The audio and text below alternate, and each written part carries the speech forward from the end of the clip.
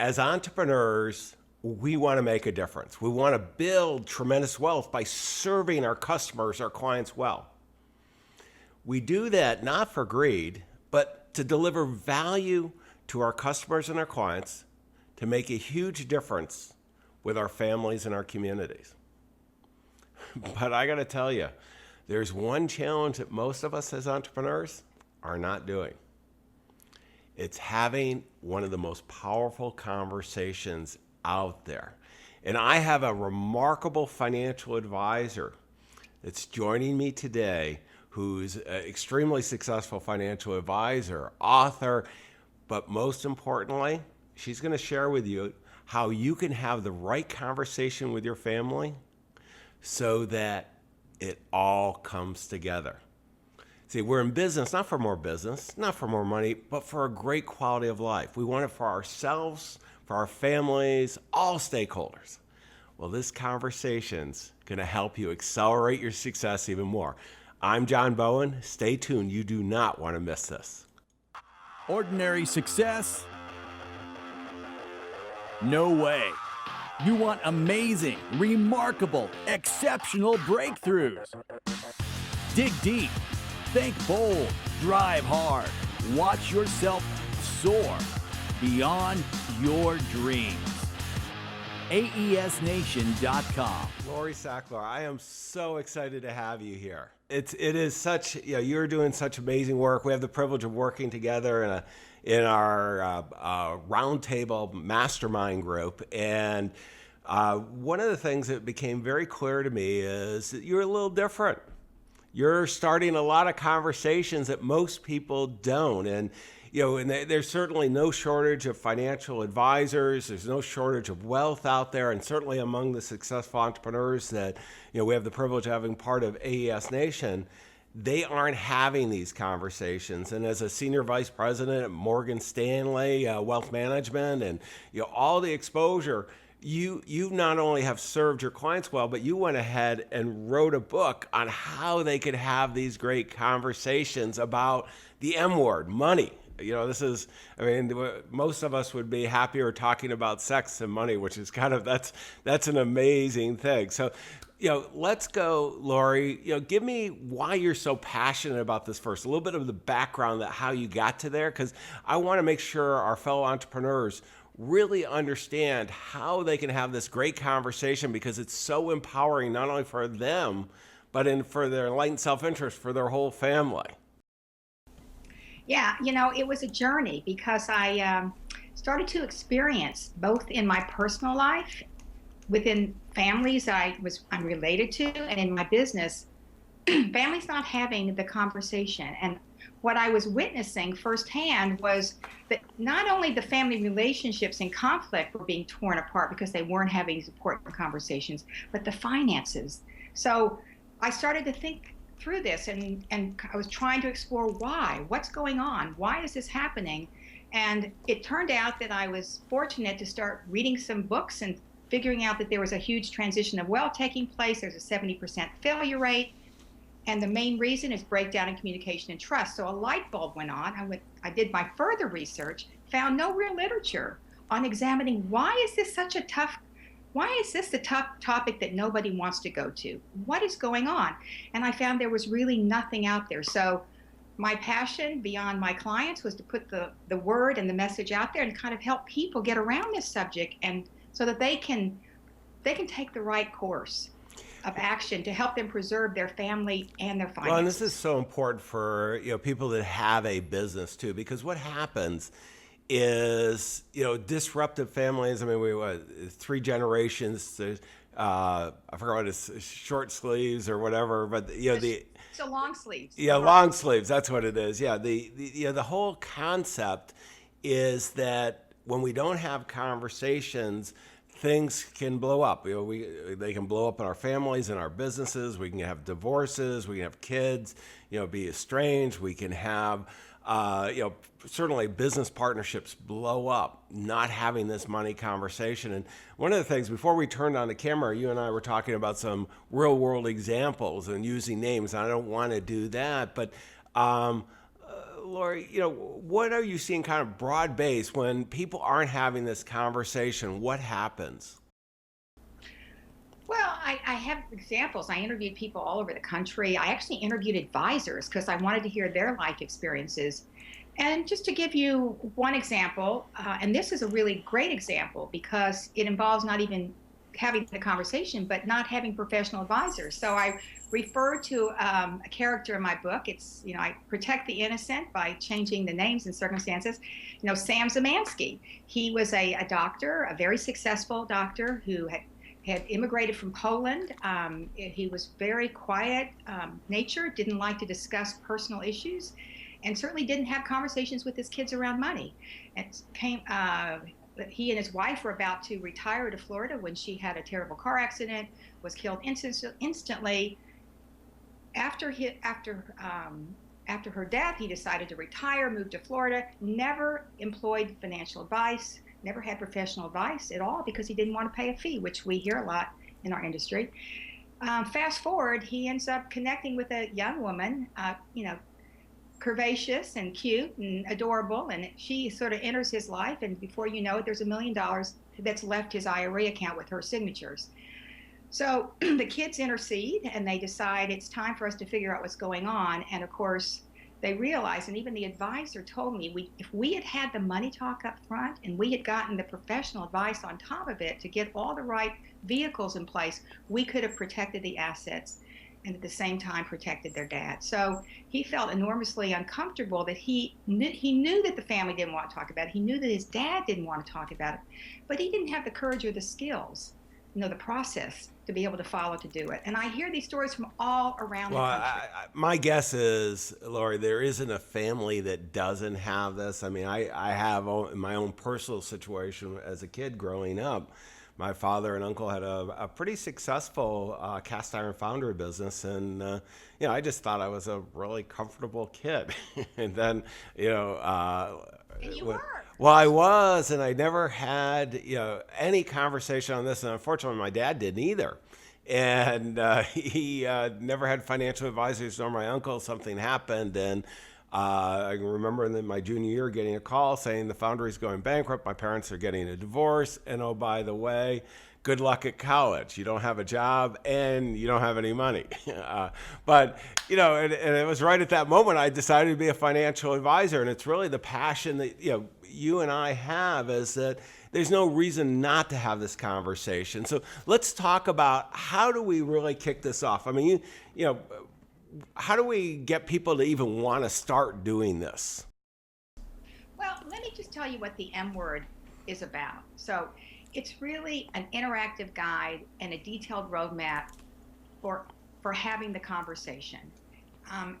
The M word journal is the first book is it's a 5-step process.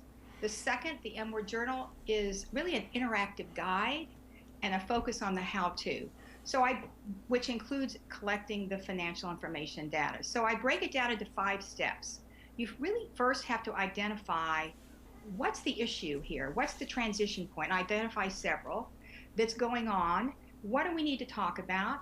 What are the financial issues at stake? And the second point in the process is to identify what are the obstacles that are interfering with your family having the conversation. It could be trust. There could be issues around trust and control. We all see that. But I see 4 other primary issues that are going on, which is we see gender differences, the differences between the way the male and female genders communicate, create investment strategies, and deal with risk tolerance. We see family history differences. We see some family history where there are members of the family that have a culture around having these conversations and planning, whereas others don't. We also see what I would call evolutionary instinctual, which is really, for many, thinking about money is a real threat. I mean, money is seen for many people as an object of threat and control. And there are certainly evolutionary and DNA things going on from which we can see that conflict. And then the fourth one, which is the obvious one, is what I would call cultural, social mores. So we see that, going back to our history connected with our founding fathers, it's embedded in the language around money. There are many reasons why we just don't feel comfortable on that level as well. So the second step is to identify it, and I give some solutions on how to overcome them. Well, let me stop. I want to make sure everybody's along with us here. So, usually, what happens, as Lori's sharing with us, is there's something going on in our life, some type of transition, whether it's retirement, whether it's, buying something new, business, something's going on that's causing us to go over, and be willing to have this conversation. And then what I like about the strategic way that you address it, and I'm big on systems and framing this, and this is why I wanted to have you on, is you do such a good job of it, with your books, and we'll come back to the books to make sure everybody knows how they can get them, because it's having the tools to do this just is so empowering. But instead of, so often, particularly a lot of financial advisors just want to shoot solutions out. You're going to identify the obstacles first, and we're going to name them. And one of the things as business people we're all good at is identifying obstacles. They jump out at us all over the place. And we can take a lot of the power away from them by putting them down in writing, capturing them, and understanding what they are. So we're going to identify, what's causing us. Okay, this is a great time to have a conversation. Something's going on, some kind of life transition. We're going to identify the obstacles. What's, Lori, number 3? Okay, number 3 is what I call prepare physically, psychologically, and logistically. So it really means figuring out what I call answers to the what, who, when, where, why, and how.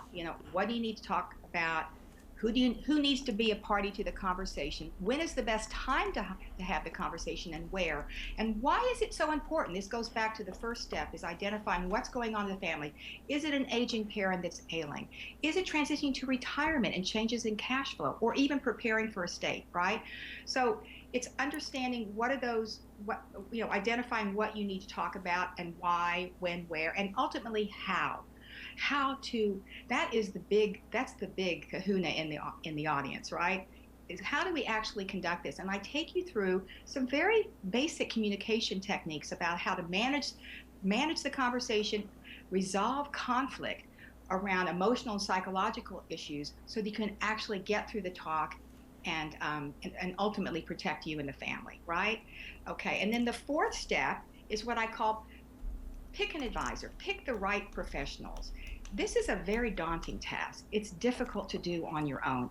Communication is a skill set. Communicating about emotional, psychological issues for many is a daunting task. So I would always recommend find some help. Figure out who are the people that need to be a party to this conversation, and what professionals make the most sense for you. And then the 5th step is create a process. You're not going to have success around the first meeting. I mean, everyone I've experienced personally and in my work, as we walk people through these money talks, you're setting the ground rules and you're setting the stage in the first go around. You'll set the agenda, but before that money talk is over, you're going to set another agenda, and you're going to set another date, so that you can have a process, and then you need to follow through and repeat that process. It's not an easy thing to do, but I'm passionate about it. I think people need to understand the importance of doing it. So I want to dive deeper, Lori, into the process and how our fellow entrepreneurs can actually go ahead and make this happen in reality. But I want to give them a feel of, okay, I've gone through all this.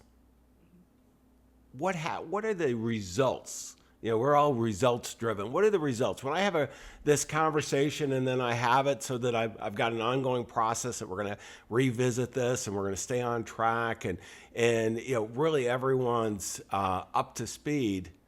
What's the benefit of that? Well, I think you're resolving whatever problem and issue you've identified in the first step. So, for example, maybe it's you have a health issue, and you're changing your estate plan, and you need to get your children on board, and the ultimate benefit is you're going to have a peaceful and successful transition of your assets along the way. If it's at your death, you'll have all the instruments in place. People will know what their roles are, what the responsibilities are. If it's during your life, They will understand what assets are coming to them, what the benefit, how they're to be used. I mean, I think it's very interesting that Warren Buffett, I've heard him speak on the subject, and he says he modifies his will and estate plan every 3 to 4 years, and he doesn't sign until the people who have roles and responsibilities understand what they are and are okay with them. I mean, we aren't Warren Buffett's, right? I mean, he's in that 100th or 1 millionth of 1%. But at the end of the day, he's a wise person, and he understands finances, and he understands the importance of getting the players on board and making sure they understand what their roles are. Yeah, and this is, particularly as entrepreneurs, our business and our lives are so mixed together that this is critical. And so I want to let's go each of the steps. Well, an example, I mean, we talked about it in the beginning. I'm going to just bring it up, and I won't go to the, who the individual is. We'll just call him Sam again. I'll use another Sam here. But, one of the largest public companies in the U.S., the largest shareholder, the father, died unexpectedly. Not total, one of the things we're sure of is there's two, taxes and death and probably regulation. So three things anymore that as entrepreneurs we're all sure of. Died unexpectedly, had three families, 7 kids. Youngest one was the only one involved in the business. And he named that individual executor without ever telling anyone else. At the reading of the will, that individual found out about it. To say the family was ill prepared for that and the turmoil it caused, and that they no longer even have Thanksgiving dinner together. It's just, and I'm sure that individual, would not want that. And it's just, we owe it to our families, to ourselves, because it's not only a death this is important, this is at life it's important too. So Lori, let's go through the process again. I'm going to start on transitions. What are some of the transitions that are good at sparking the M-word conversation? Well, I identify 5 major. One is changes in financial circumstances. So it could be that you've changed jobs, maybe you got promoted, and so your change is a positive on the uptick. So those are the second one would be the big retirement, right? So people are retiring, and things change. Your financial picture changes. I was speaking at the SIFMA conference yesterday, the Securities Financial Management Conference, and that was a big topic of how people are worried about retirement. That interest rates are low. They're worried about having enough. That changes a lot of people's picture in terms of how they're going to allocate their income and their assets. And the family members, many of them are going to be impacted by it. So that's a reason to have a conversation. Long-term care issues, aging parents. That's a big problem. The baby boomers, I call them the sandwich generation. I mean, I didn't coin the term, but I use it all the time because we're dealing with millennials who we're trying to help launch. Many of us are part of that process. While we have parents who are living longer, and so we're having to deal with their physical and financial health and how to manage that, right? And so that's a major piece. And a lot of people don't want to go to mom or dad and say, hey, you need my help. I mean, how tough is that for a parent to admit that they're going to let their kids, they're going to become the child? That is so not easy, right? Another big issue is transitioning wealth, transferring wealth across generations. That's where I originally got passionate about the concept, because I witnessed in my family the absence of the money talk, and how it broke. It was not my immediate family, but cousins, and how it. I mean, there are generations that will never talk to one another because the way the parents actually handle the estate. So that's a very important time to have the money talk. And then I also talk about marriage and what I call merging families. The divorce rate is 50% or greater. And every time someone finds a new partner and wants to enter that new period of life, there are so many conversations that you take place around making sure that not only the finances are merged, but the family members are handled properly. And the disparate values and goals and finances, it's very complicated. So I talk about disclosure and conversation in advance so people understand what to expect. I mean, it's very important, but it's hard. It's a very difficult process for most people. It really is. And I think I'm going to skip obstacles because we covered that pretty well. And I want to go into the prepare, who, what, where. And, I'm thinking, okay, geez, we could have any of these transitions. Let's say let's make it a little challenging, Laurie, which most of it is, an elderly parent who's starting to maybe show dementia and a blended family. How do you get that started? Because that's a pretty regular one. I'm thinking one of my neighbors here that's going through that right now, and it's challenging. Yeah, so that's a tough, and of course you have to deal with the personalities of someone who's been in control of their life all the time, and I'm assuming that this person has multiple kids from more than one marriage, Yeah, right? and so it's like, and I don't want to solve the problem, but bringing them, who should be at this meeting, who should have the conversation, because traditionally what it is whoever, probably the richest, who seems the smartest, they go, okay, you take care of it, or they take care of it, and then it gets passed from family member to family member along the way, and everybody doesn't like each other by the end. Yeah, no, I think it's difficult. So typically there's one person in the family that's identified as sort of managing the process. And it's usually the one of the females in the family unit. I mean, there could be a man that steps up to the plate, but women tend to be more nurturing around these kinds of issues. Mm-hmm. So I'll give you an example. I had a guy contact me from Oregon, and his mom was in her 70s, had cancer, and was resisting leaving her apartment. They needed to get her to a facility where she could get proper attention and care. And he actually went out. He actually went out and bought my M Word book, came to my office, had me sign all the copies, sent them to all of his siblings so they could be prepared for the meeting that he was conducting as part of a family reunion. So, he was the eldest, and he took over the responsibility. And he's a great guy. You got to be willing to deal with all the family conflict too. So they had their first of many meetings of how to deal with mom. Now, this was a situation where there are not multiple, members, different marriages. That makes it even more complicated, because now you got to bridge all those different disparate family units. But at the end of the day, he had success, and he did get his siblings on board to do different things. So you manage the process, you distribute responsibilities. So someone's got to be in charge of finances. Someone else could be in charge of the physical care. Someone's got to oversee how she's doing and be able to be there physically. So the sister who lived in Oregon nearby took that responsibility. So it's a matter of someone in the family taking a leadership role and then bringing in the right professionals. He got in touch with her lawyer, her accountant. They had all the financial instruments in place ultimately.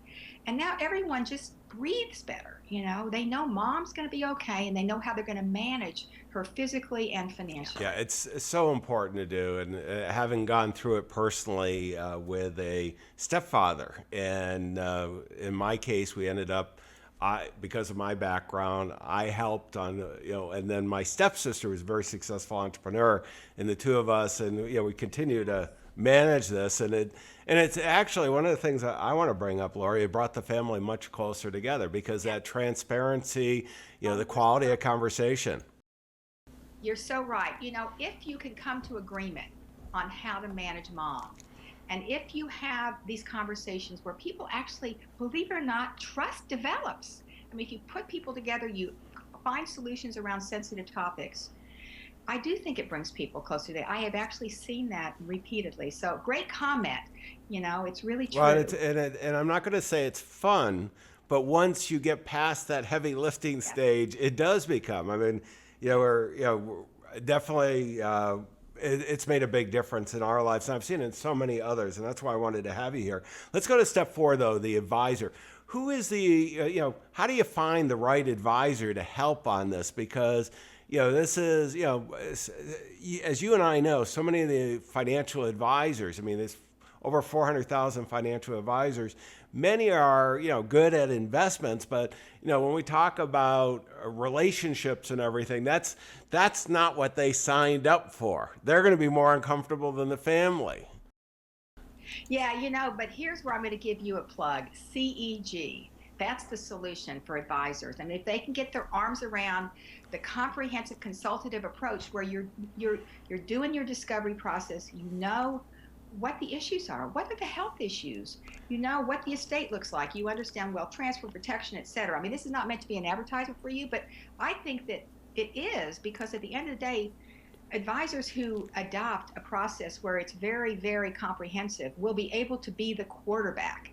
And I advocate for that. Someone has to be the quarterback, because you need to bring the accountant in, you need to bring the attorney in. If it's an aging parent, you may need a case manager. I recently had a client scenario where we found a case manager to help her resolve some issues. A mental health professional, we may need coaching and some counseling. How about a geriatric doctor? I mean, or a medical internist. There are all kinds of professionals. But at the end of the day, you need to identify who are the players, who are the advisors who need to be a part of this. And then you figure out, what is the best time to bring them in, what are the issues, et cetera. But you can't do this alone. You just can't. This is so complicated, and I just, I'm a reasonably intelligent guy on financial matters, and I found out how hard it was to deal with some of the challenges of dementia, and I won't go into the personal complexities that came up out of it, but wow, this is something so important. And this is, step 5, this is why I wanted to have you on, Lori, and it's creating a process. And I'm going to go to the next segment, which is the book of the day, and your book. And I'm going to put your website up, which for those of you who are not watching but listening, it's at themword.com.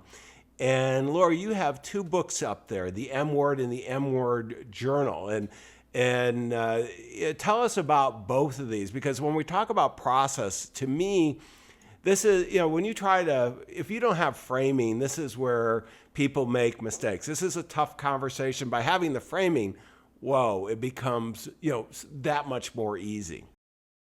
Yeah, so the first book is the M Word, the money talk every family needs to have about wealth and their financial future. And that book basically focuses on why it's such a daunting task, but yet why it's so important to have these conversations. It makes the compelling arguments for having the conversation, and it outlines the 5-step process. The M Word Journal is more of an interactive guide, a workbook. I've even actually added a coloring workbook component to it, so that adds a little, balance to the levity of the situation. And it focuses on getting you through each step. So identifying the financial information that needs to be a part of the conversation, being very aware and really through the interactive guide, identifying the obstacles that are in your particular situation that you need to overcome, how to manage the psychological, emotional, and resolve conflict. I talk about that, steps for resolving conflict. And then ultimately, making sure that you have the right advisors, and you repeat your process until you have that success you need. So it really allows the client to focus on the how-to and actually interactively share with their families the Q&A that I created in a very kind of decision tree way. No, I really love it, Laurie. And I think the book was phenomenal, but the journal's even better. And the reason why the journal's better is, as you and I know, is, taking action. It's all about taking action to get the results. We all want to have, successful families. We want to have successful businesses. We want to make our dent in the universe out there. And this allows us to do it because, we know we should have the conversation. We recently did a survey of successful business owners, and I don't have the numbers right in front of me, but the percentage that their estate plans are real old and they're a lot wealthier, their family situation has changed. It's just these are things we put off. Well, boy, if we take action and start making this happen, you're gonna be so happy because for most of us, this is one of those things in the back of the mind that we know we should do, but we just never get around to doing it.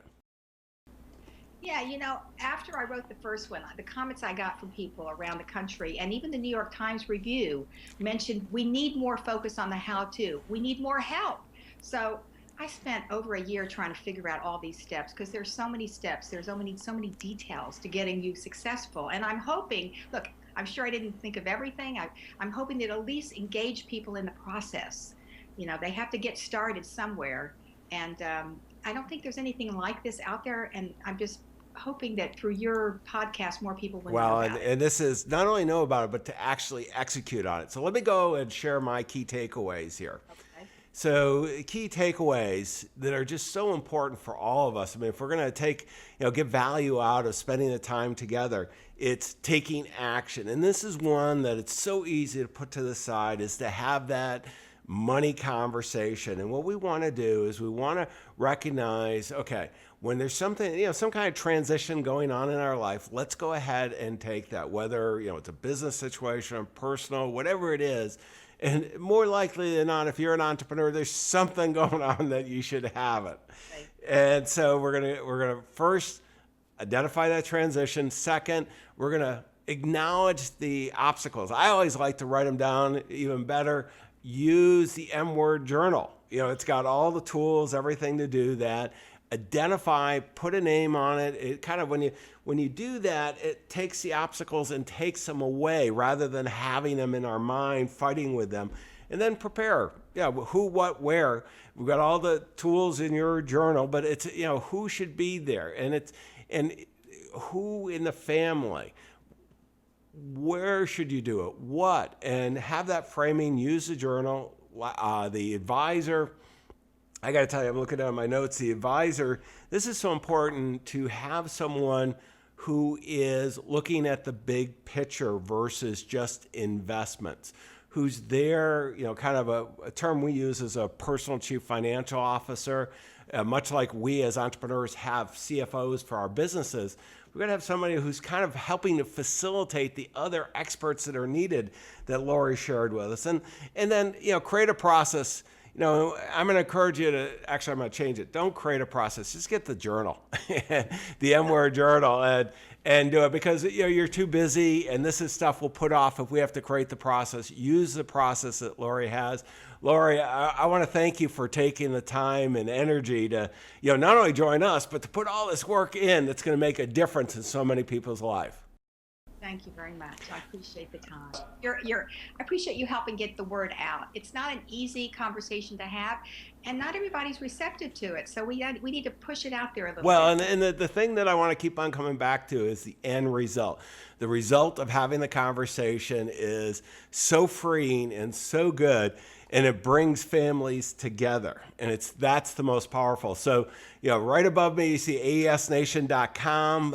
You can go there. We'll have a full transcript, the show notes, the links to Lori's books, and your family, they're really counting on you.